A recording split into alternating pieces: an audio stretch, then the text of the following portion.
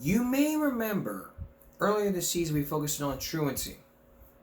We looked at from a judge named John Payton who talked about House Bill 2398. It was the idea to get rid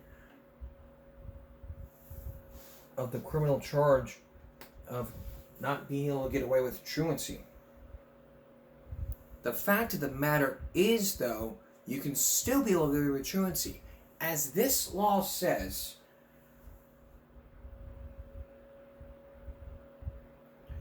this is a 77-page document.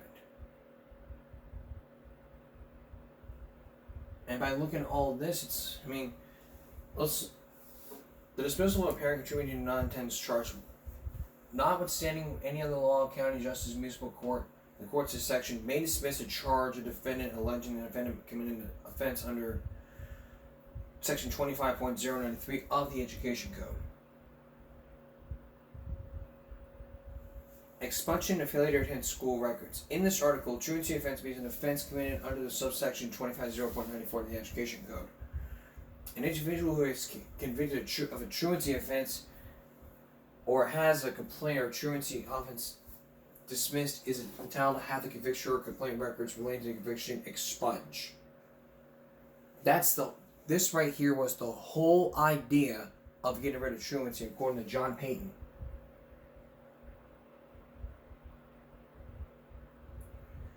So for folks out there, you want your research, here's your research right there. Lots of other kids research from other states and they talk to their friends, it's like, what do we do?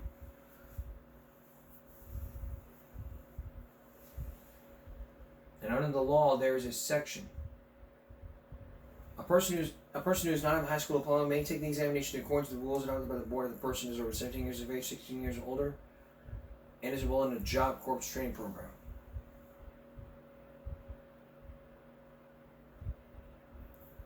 So all of that is under the section.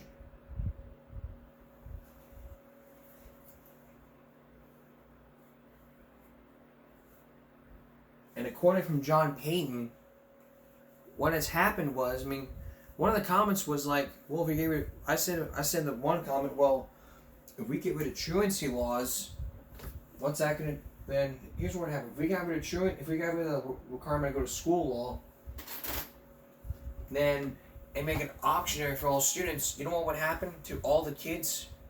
They would not go to school. The school would lose their money and a lot of kids would be truant. That's where this law would come into hand if you were to do your research. This was taken from the source. We're going to talk about this on the season premiere, so here's what you do. I'm going to type this in for y'all. You go to statutes.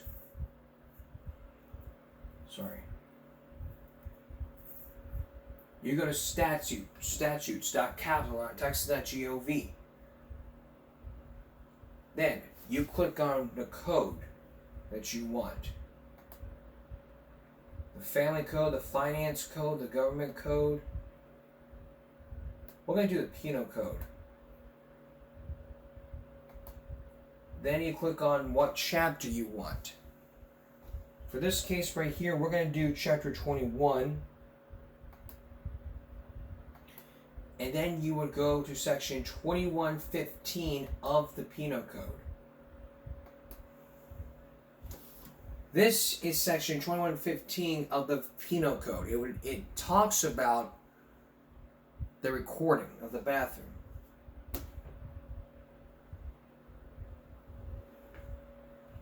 The law outlaws recording without a person's consent.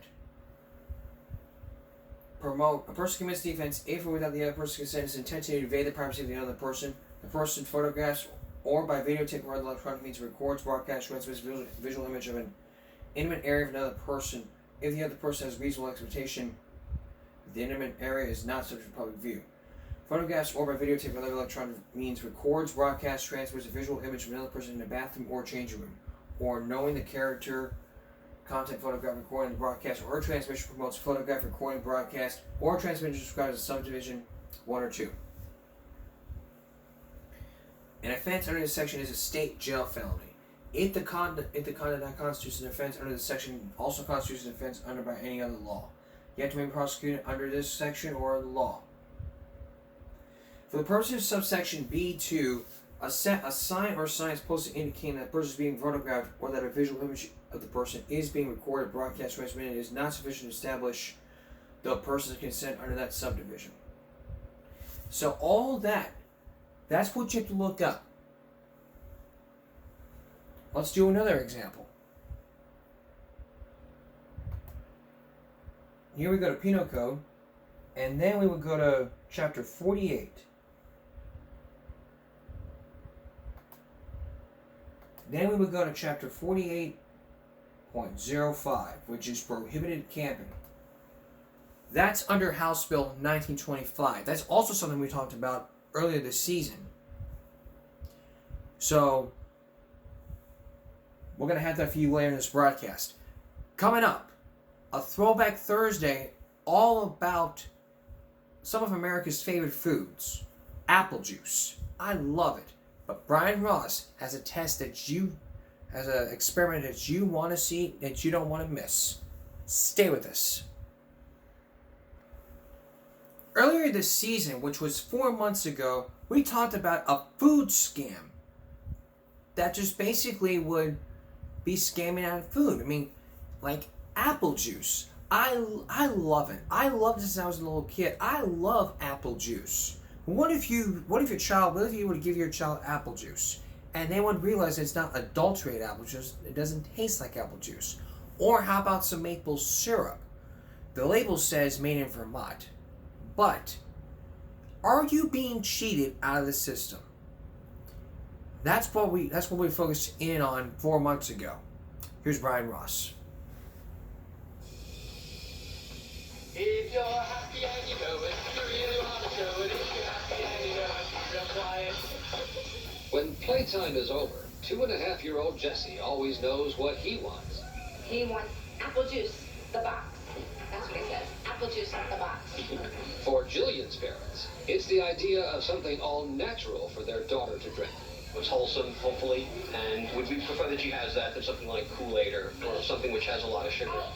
And Griffin's parents pay extra to make sure he gets 100% pure apple juice.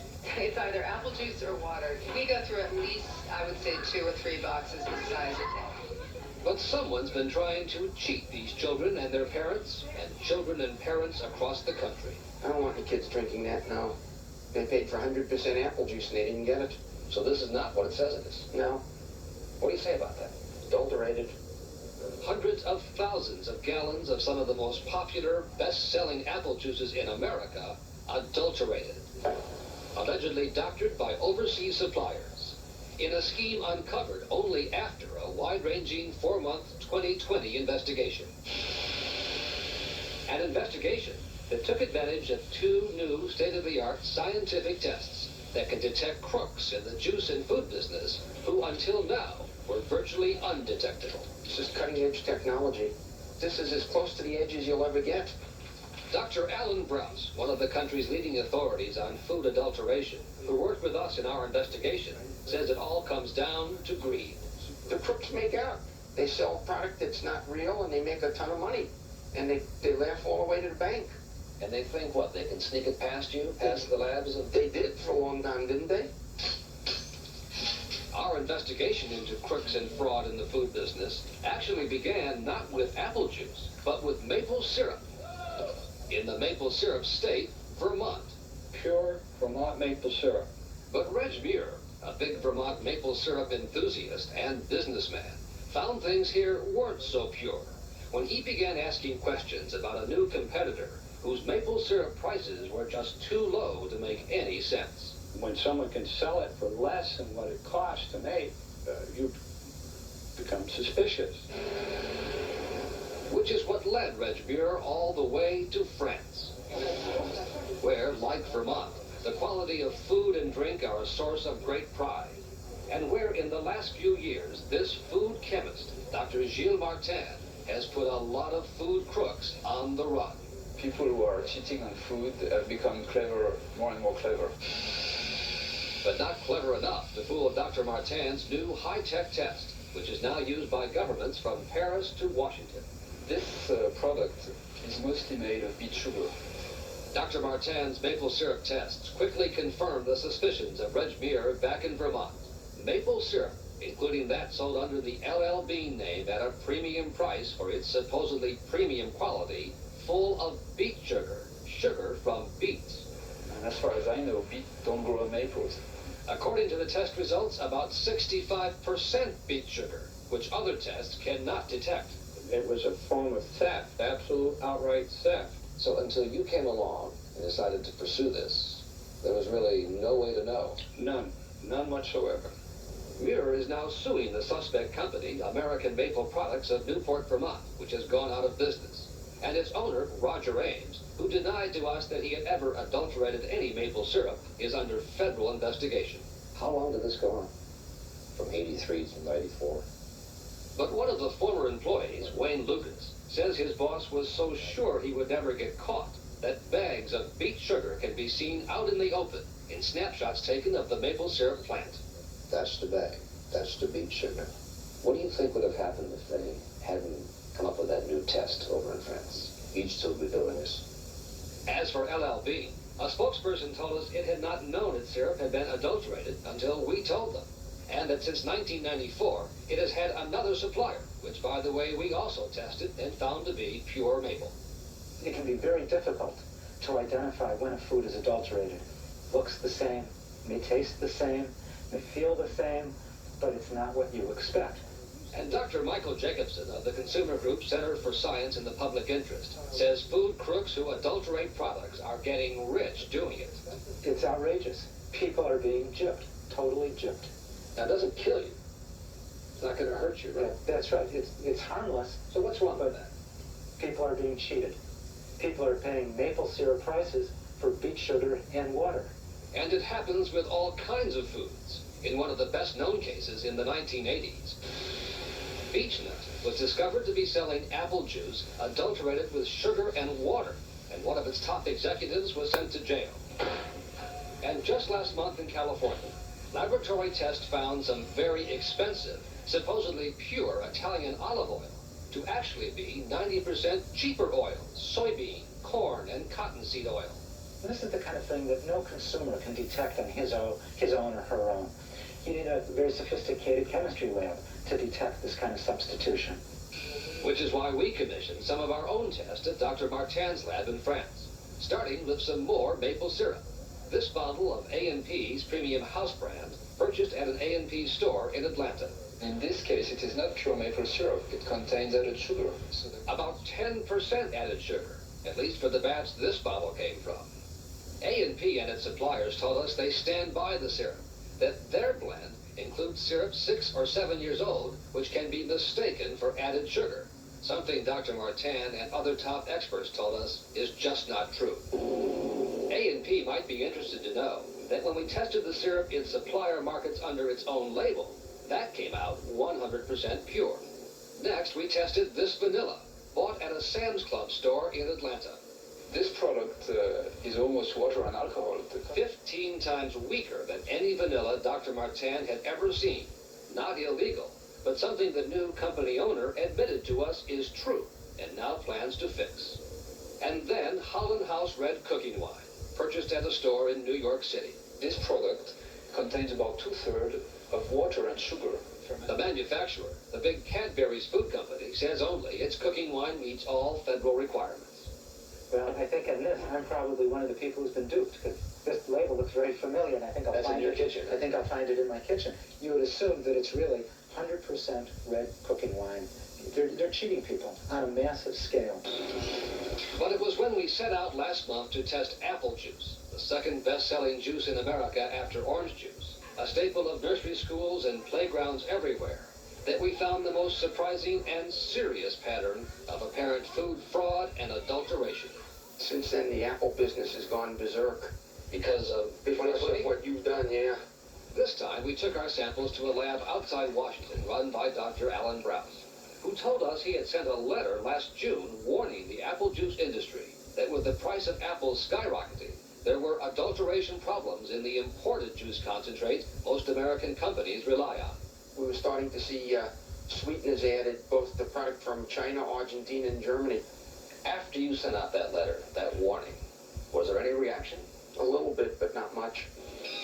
But there was plenty of reaction after the results came back from the test Dr. Browse's lab conducted for us, leading to the eventual discovery that 6 top American apple juice companies had adulterated juice on their hands. This is the report you sent us on sample number 3. Dr. Browse knew our samples only by number and found sample number 3 adulterated by 12% with a sugar additive. How bad is that? Shouldn't have any. Shouldn't have any. No. That means 12% of the solids in there came from sweetener that's been added to it. The sweetener, a high fructose sugar syrup called fructuline, produced in Northern Europe, cost about half of what apple juice concentrate does. It's clear to you that sample number 3 has been adulterated. Crystal clear. No doubt about it? No doubt about it. You're sure of that? Absolutely. This is what sample number 3 really is. Juicy juice. A product of the Nestle Company, which owned Beechnut in the 1980s when Beechnut's apple juice was found to be adulterated. More people should have learned from it. Have they? Obviously not. No one at Nestle headquarters in California would agree to appear on 2020. But within days of our first phone calls to Nestle, the company recalled an unspecified amount of its suspect juicy juice from warehouses and said that from now on, it would use the same test we had used to prevent it from becoming a victim of bad suppliers. Nestle is a multi-billion-dollar corporation. They should be routinely checking their products. Does it surprise you this could happen again, given what happened with Beechnut in the 1980s? Well, it certainly says something about the corporate culture of Nestle if they didn't institute better practices, better procedures. But it's not just Nestle's juicy juice. According to industry and government sources, adulterated supplies have been found in the inventories of Mott's, McCain's, Quaker Oats, Cumberland Farms, and Minute Maid. Last week, Coca-Cola, which produces Minute Maid, took legal action, filing a lawsuit against 3 European suppliers, which Coca-Cola says had sold it more than 400,000 gallons of adulterated apple juice since last fall. Is it as bad as you've ever seen it in terms of As bad as I've ever seen it, yes. This week, the FDA announced it, too, was investigating what Dr. Browse first discovered in our 2020 apple juice investigation. As long as the economics work, the sugar is cheaper than the fruit, there'll always be somebody wanting to add it. That's what they've done here. That's what they've done, yes. 1 big 2 big 3 The FDA says there is no health threat whatsoever. But health risk or not, what we found in our 2020 investigation was very upsetting to the parents of these big apple juice consumers in New York City. Infuriating. It's a quote from the box, and remember, they're only kids once, so give them 100% with juicy juice. And I mean, the whole back of the box, the little write-up is infuriating. You didn't get what you paid for. You paid for 100% juice, you didn't get it. That's theft. People who made the decisions, who knowingly made the decision to do this, have to be held accountable. If they have no fear of that, then they'll just continue. Brian, that really is outrageous. Now, I understand there are products that are pure, as they say they are. How do you know? You're standing in the supermarket. How do you know which ones are not what they say they are? Well, Hugh, the source of the problem right now seems to be overseas apple juice concentrate, and we're told that in particular, for the moment, Germany and Eastern Europe are 2 countries to steer clear of, and on the side of apple juice boxes, it does show the country of origin. How widespread is this fraud? This seems to be a big problem. More than half of all the apple juice in this country comes from overseas. In fact, just this week, the state of Florida did the same test we did and found 2 more companies also selling adulterated apple juice. Are you more likely to get what it claims to be if the source is in America? That's the best bet as far as we've been told, that USA is the best way to go in terms of pure, 100% pure apple juice. Fascinating finding. It's amazing what lengths competition can drive companies to. Thank you, Brian. Wow. Just like, wow. But there's other food scams happening, like milk. We're going to have that for you on a different Throwback Thursday. Coming up next, though, this man admitted he'd been involved in this little girl's abduction years ago. I showed you my reaction to it. I think it was last season or another season. I probably don't remember this, but I remember showing you this. I remember playing the audio of this. But Molly Safer has the story of a little girl who was missing, and two men who say one admitted to it and one denied it. Who's telling the truth? Stay with us and find out. When 9-year-old Jill Cutchell disappeared back in 1987, it set off the largest manhunt in the state's history. Local police, the FBI, they worked thousands of hours gathering all the evidence and looked for her. But as you're about to see,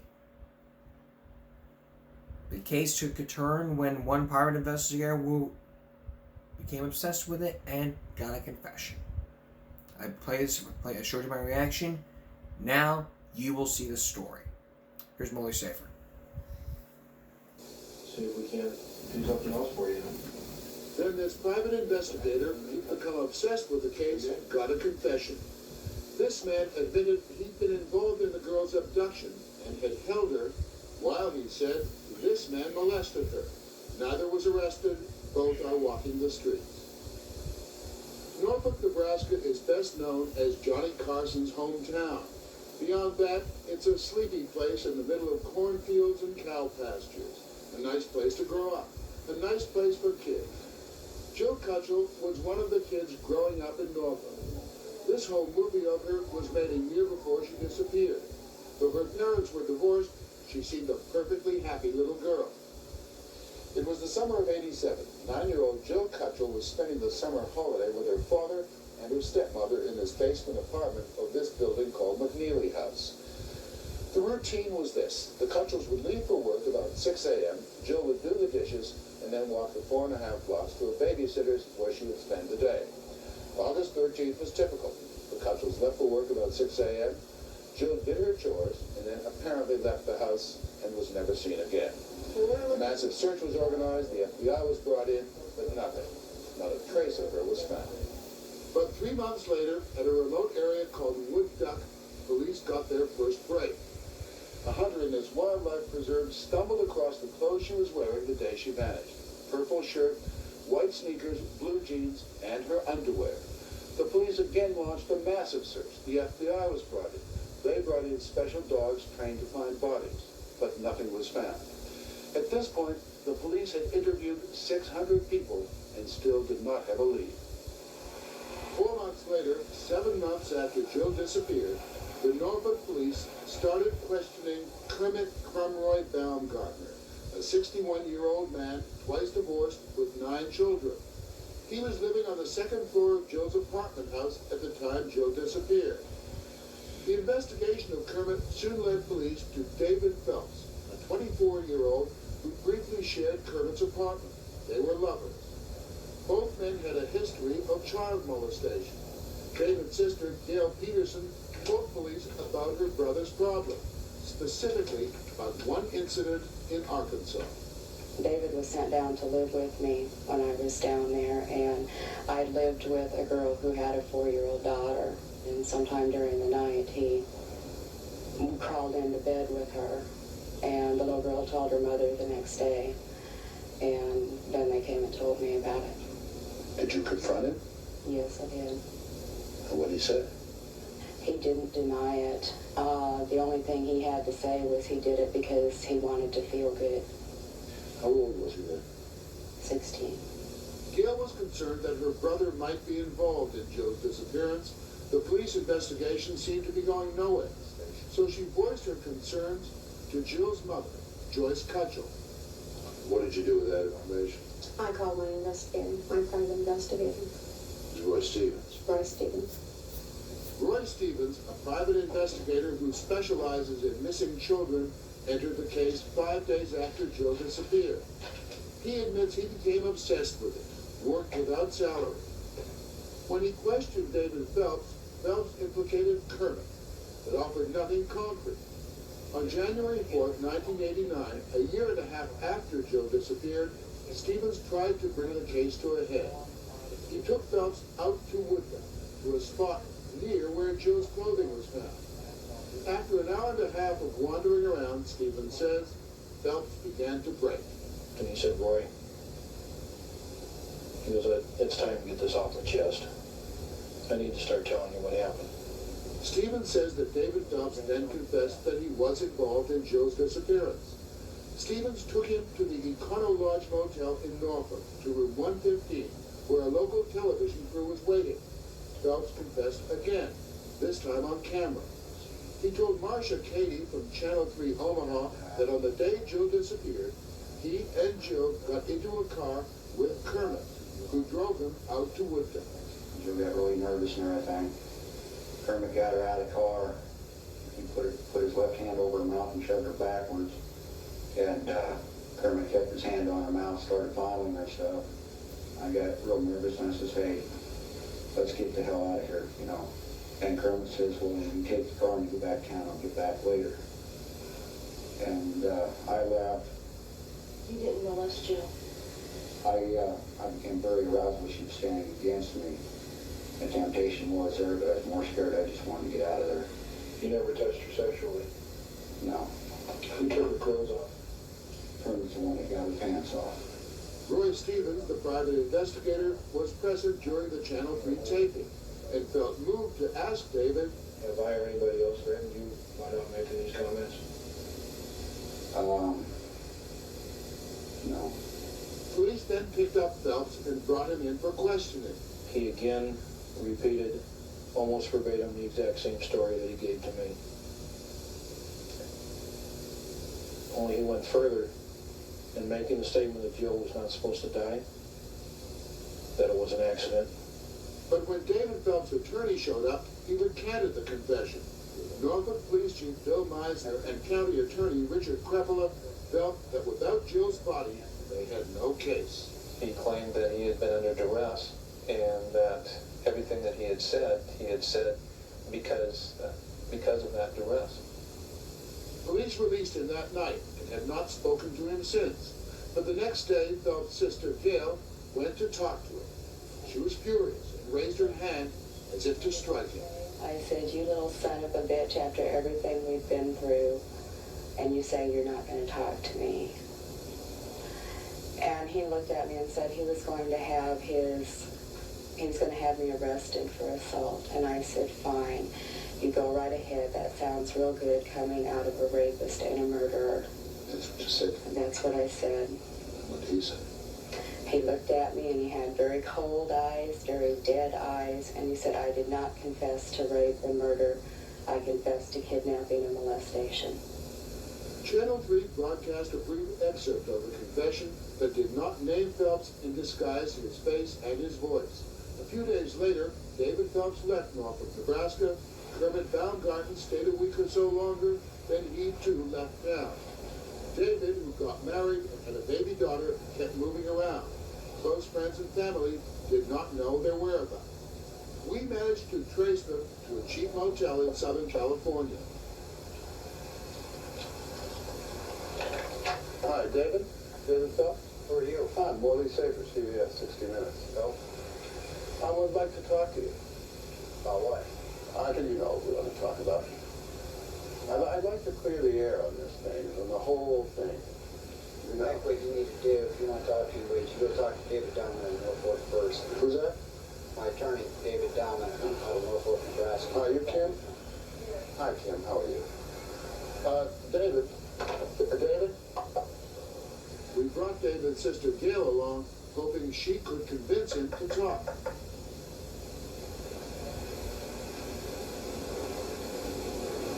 David, let me talk to you a minute.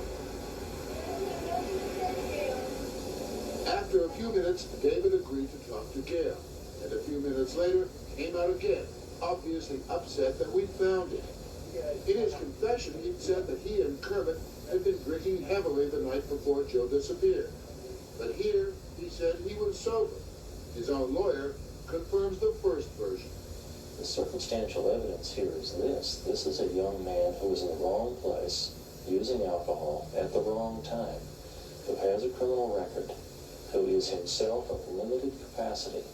David Domina is David Phelps' attorney. Domina is one of Nebraska's most prominent lawyers. He agreed to be interviewed only after we showed him Phelps' entire confession. What he didn't say on the tape and what his behavior suggested was, I think that there may have been fear and intimidation involved. You have endangered my life because of Stevens. He has threatened me more than once to kill me. Threatened you? Yeah. Including the day we fought. Why did you sit down and talk to him? That's, like I said, I'm not going any further than that, but you've now endangered my safety and my family. Roy Stevens continued to deny any threat had been made. But quite suddenly, he made a remarkable confession to us. For the first time, he admitted he'd become so frustrated with lack of progress that he pulled a gun that day out at Wood Duck and fired a shot in the air. He immediately turned around and looked at me, and I still was holding the gun straight up in the air. And then brought it down and put it away. His very first statement after that was going to have a cigarette. In making the admission that he threatened Phelps with a gun, Stevens also admitted his own criminal record, a burglary he committed 13 years before. As a convicted felon, he could not be licensed as a private investigator, so he lied on his application. In going after him so hard, ultimately, he paid a very heavy price, but Cost me my career.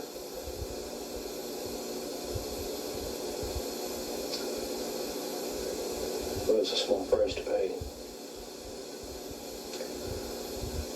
I was a private investigator up until yesterday. I turned my license in. why did you pull the gun? Didn't you know that act could make anything that you then said subsequently invalid as evidence? I'm not so sure it makes it totally invalid. I'm not a cop. I'm just an ordinary citizen. Because Stevens threatened Phelps, it may well be that Phelps did concoct a confession to get away from Stevens. Except for one quite chilling part of that confession. Though police had never issued a description of Jill's underwear, Phelps was able to describe it. If I remember right, like white underwear, and they had these little circular designs on them, like little swirls and stuff on them.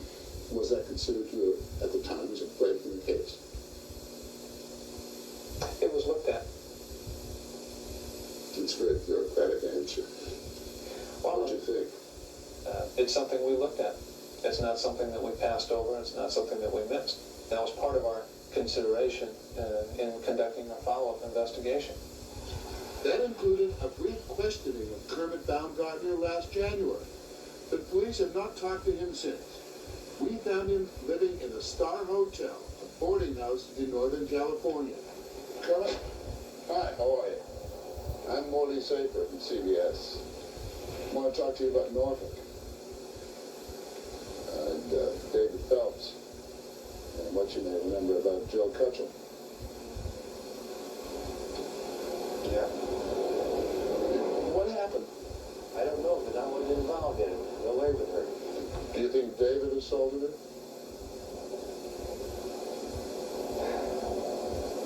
I don't know. Do you have a record for molesting children? No, not that I know of. Did you ever molest children? No.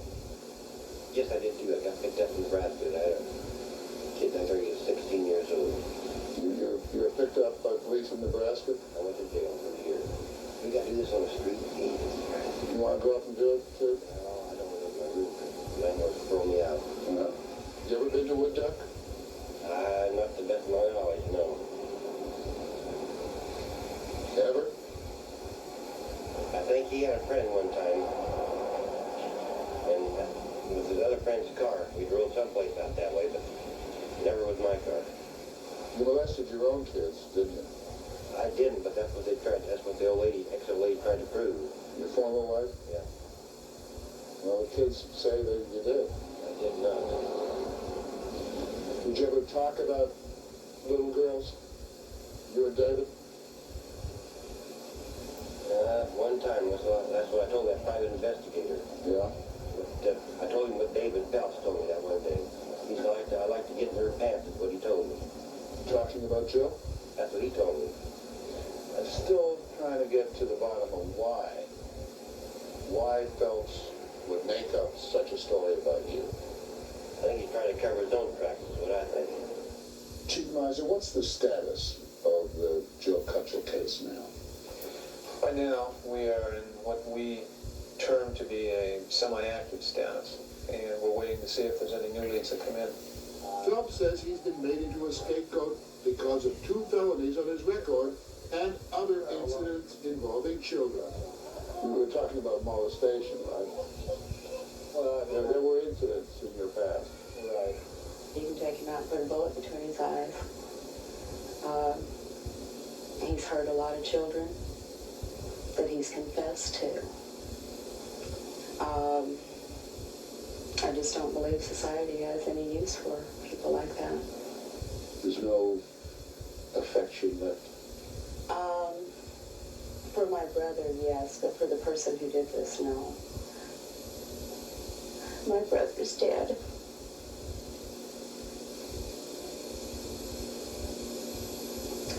The human being that was in there is dead. And when he looked at me with those eyes that were just blank behind there, then I think that's when he died. He should not be on the street. He has hurt 3 other girls. 4 counting Joe. He has a baby girl at home now. He may not have to go on the street to look for a little child. He's got a 2-year-old baby girl at home. That scares the hell out of me. Are you convinced in your own heart that he's not involved? I'm convinced in my own heart that he is not guilty of any crime. That wasn't the question. That's the answer. And it probably was the answer. But the question is, what's now the status of this case? When we return, we'll give you that answer. Stay with us. After over 40 years of this case, what is the new status about this case? There are still unanswered questions about the case. There are a lot of what ifs to consider. What if she had stayed in the apartment she was sharing with her father somewhere instead of walking to her babysitter's house? What if, after arriving at her babysitter's house, she had gone to the back apartment house where her babysitter was caring for her neighbor's children instead of sitting on the front porch of the house? What if she had returned to Kansas with her brother instead of staying in Norfolk? Joe may have forgotten that Beacon was in the apartment in her rear house caring for her neighbor's children. She also may have forgotten about the Beacon and left the key to her apartment in her mailbox, or perhaps Jill didn't remember these facts and just sat on the front steps of the house long enough to tie her shoe. Witnesses recall seeing her doing that just at around 6:30 that Thursday morning, August 13th, 1987. Jill hasn't been seen since. Joyce once said her blonde-haired, blue-eyed daughter enjoyed writing stories and loved animals. But where was Jill? Law enforcement, family, and friends had a public search and prayed. Mostly moved to Norfolk so she lead the charge. After a year, Jill disappeared. Mostly started taking classes at college. One day, a fellow student approached her and asked if she could interview her for an article. A few minutes into the interview, the student told mostly suspected her half-brother was involved in Jill's disappearance. That was David Phelps. Now, almost 2 years after that 60-minute story was aired, listen. March 20th, 1997, Phelps was convicted of kidnapping, and on April 26th, he was sentenced to life in prison. Although he has made several attempts to have his conviction overturned, he remains in jail. But there's a lot of what-ifs to this case. After that, April 26th, he was sentenced to life in prison. New information comes to light, which was the case 2012. So that was the what if. So now there's probably new information to come. But now that David Phelps is in prison, we now know what happened after that 60-minute story aired back in 1989. All right, let's go back now to what we talked about earlier in the broadcast. You may remember that we talked about talking about House Bill 1925. That's the banned camping bill. And Section 48.05 of the Penal Code says just that. All this is in this section, this whole section right here, at statutes.capitol.texas.gov. That's where you can find all your laws. That's where you can find your research. By looking at this law, prohibited camping in this section can't mean to reside temporarily in place with shelter. It includes a tent, temporary lean on, sleeping bag, bedroll, blankets, or any form of temporary apartment or permanent shelter other than clothing. A person commits the offense if the person intentionally or knowingly camps in a public place without the effective consent of the officer, or actually have an illegal jury to manage the public place. The actor's intent of knowledge may be established through evidence of activity associated with sustaining living accommodation, like return to a public place, including cooking, fire, sorting personal belongings for an extended period, digging, or sleeping.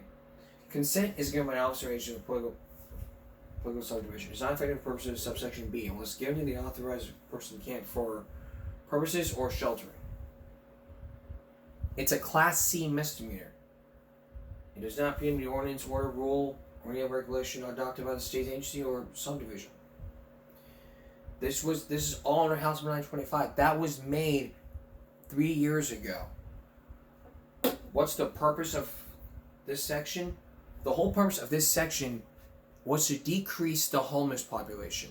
You go up to Austin, and they would see that, and you would see all the decreased homeless people sleeping out in the streets, sleeping out under the bridge. Now here in Flower Bluff, we tell them to get their asses up and move. They refuse, we call the non-emergency number, and we let the police take care of it.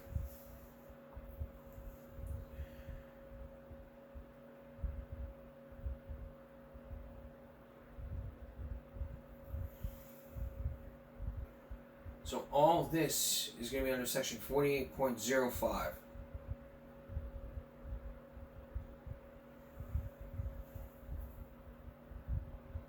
Doesn't apply to police officers threatening health, safety of the person.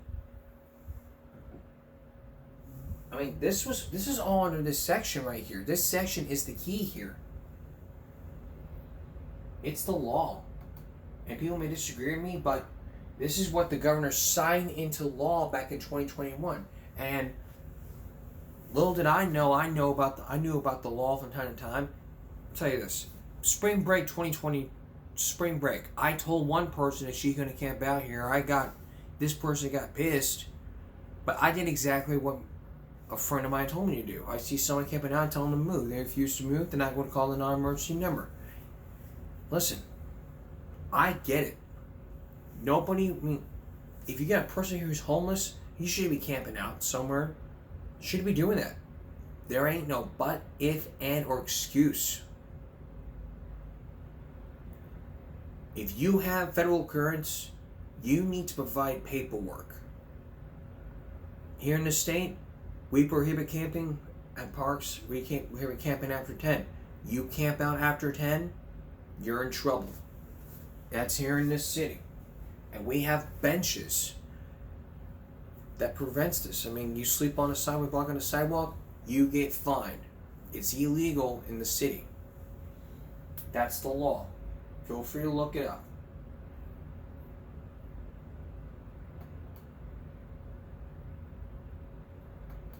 So again, you want to look at more laws? You go to statutes.capitol.texas.gov. You click on what code you want, and then you click on the article and chapter.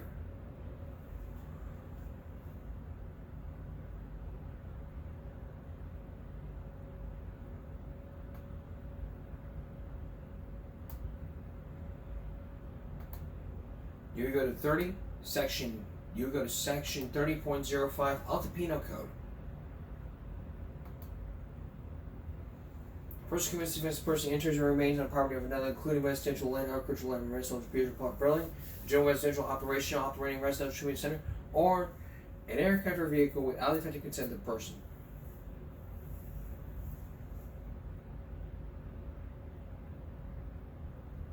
I mean, you stand on a sidewalk, you're not trespassing. So that's basically the whole key of trespassing. I mean, there are signs everywhere that say about section 34.05.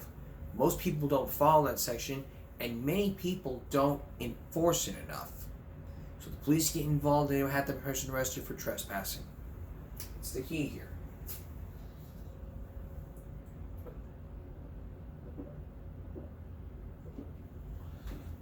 We'll talk more about trespassing when we do our season 7. All right.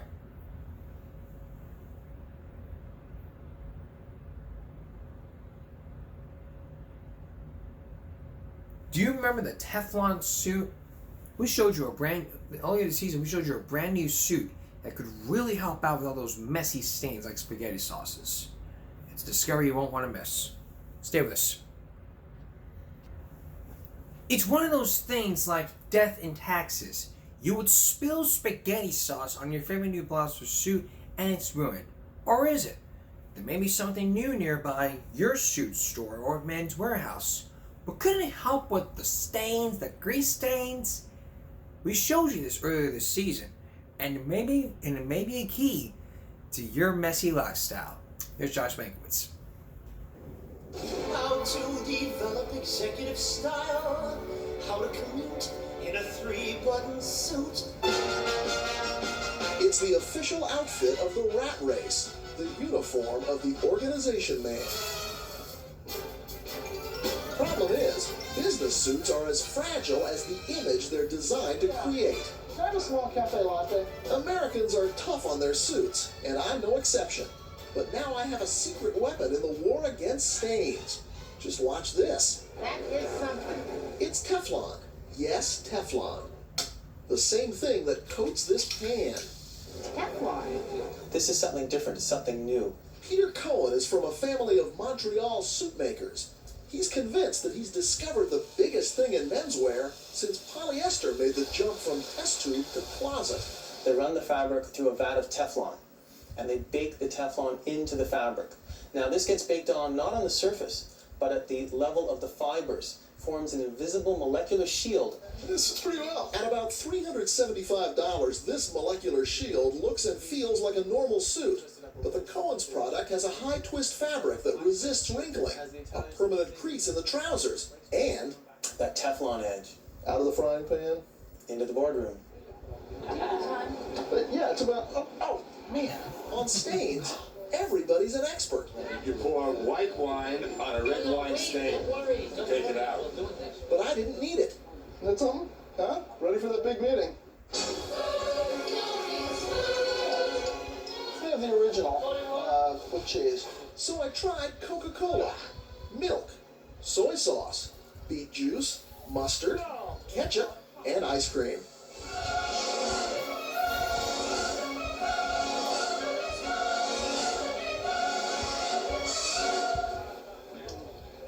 What you're telling me is, I no longer need a raincoat, and I can eat like a slob. Well, if you eat like a slob, you'll be in better shape afterwards because you'll be able to get it off.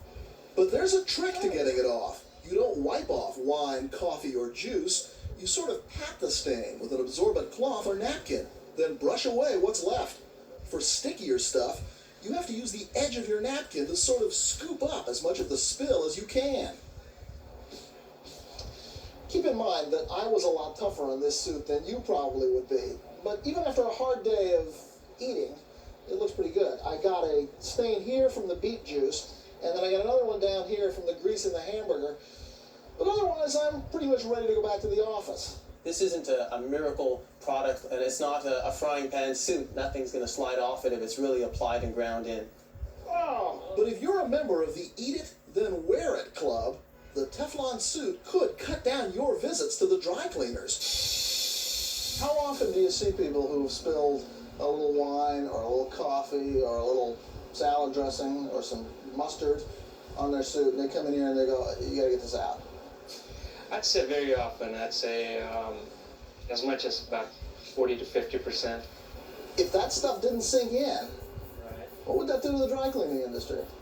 Well, I see your point. You can take a lot of days off.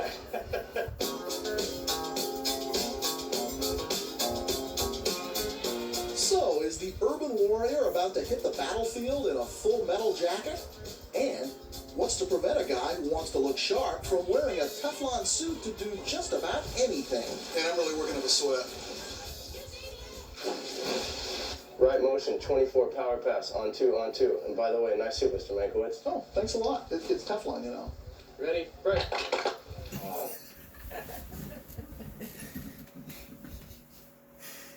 You just imagine getting these stains. It's like, oh my God, you've got a mustard stain. Go home. It's Teflon, for crying out loud. It's the thing you put in a pan and it don't stick. For crying out loud. Quit overreacting. We'll be right back. Continuing on Throwback Thursday, the end of it. You remember this season we did our Bible breaks? One of my favorite ones you have to laugh at. A janitor reaction when someone's on the urinal. Just take a look at this. I walk into the bathroom, and there's a janitor there. He's like, he's sitting there like, it's like, God, motherfucker, shit! I walk in, he's like, you do shit! I'm like, no, what happened? He's like, someone took a shit in the urinal! I'm like, man, I didn't do it. I don't know what happened. It's like, God damn it! Motherfucking middle way!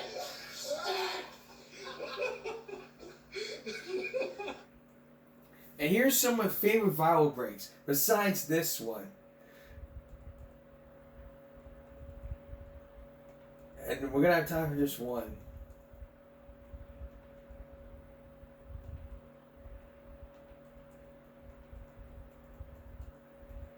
This homeless man takes a crap in the mop bucket. It is kind of disgusting to see.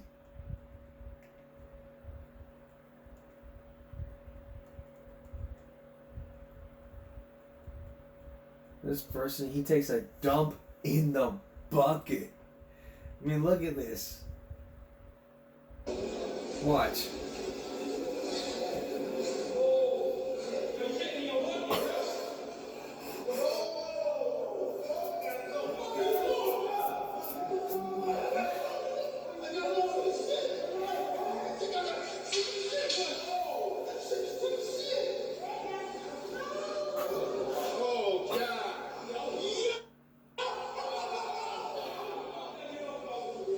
Yo! Freaking fuck, man. Like a homeless dude grabs his mama, jams his hands, goes on the floor. You gotta go, you gotta go.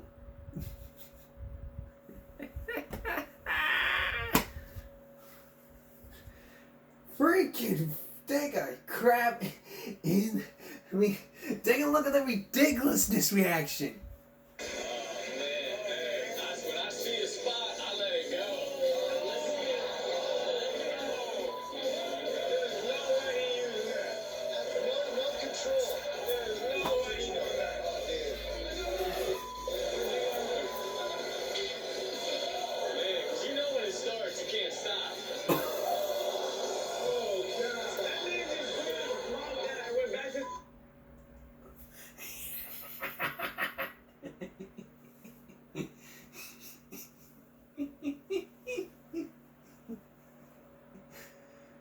How about this one?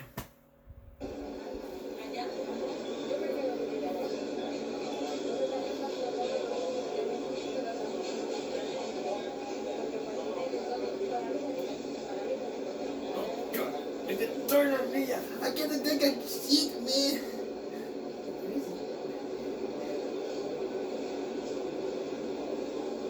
Okay.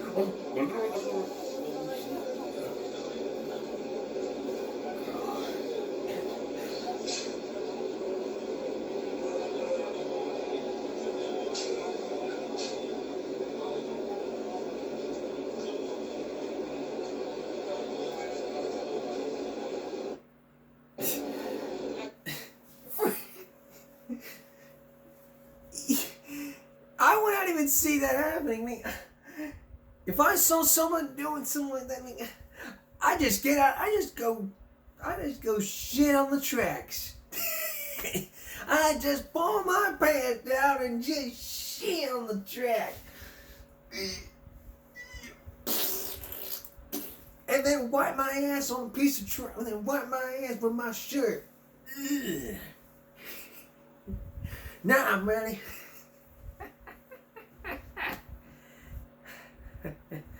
That's Give Me a Break for now. Join all of us at YouTube next time for another edition of Give Me a Break. Have a good night. Oh, before I leave you, we got something brand new here. And we're going to show you on our season 7 right now. You may remember that one person commented on my previous channel that instead of being silent, just to show the article, just to show the video. So I showed the video. But most of the times when you watch the show, I don't basically read the, you don't see the article. That's because most of the time. So I have a Type-C HDMI input that will connect my laptop to the TV. This device looks like this. It's a Type-C to HDMI adapter. You can use this for your phone. You can use this for your laptop. If you have a Chromebook, it's perfect for your Chromebook. So here's what you do. Let me show you. You attach, so if you have a Chromebook like this, here's what you do. You would plug it in.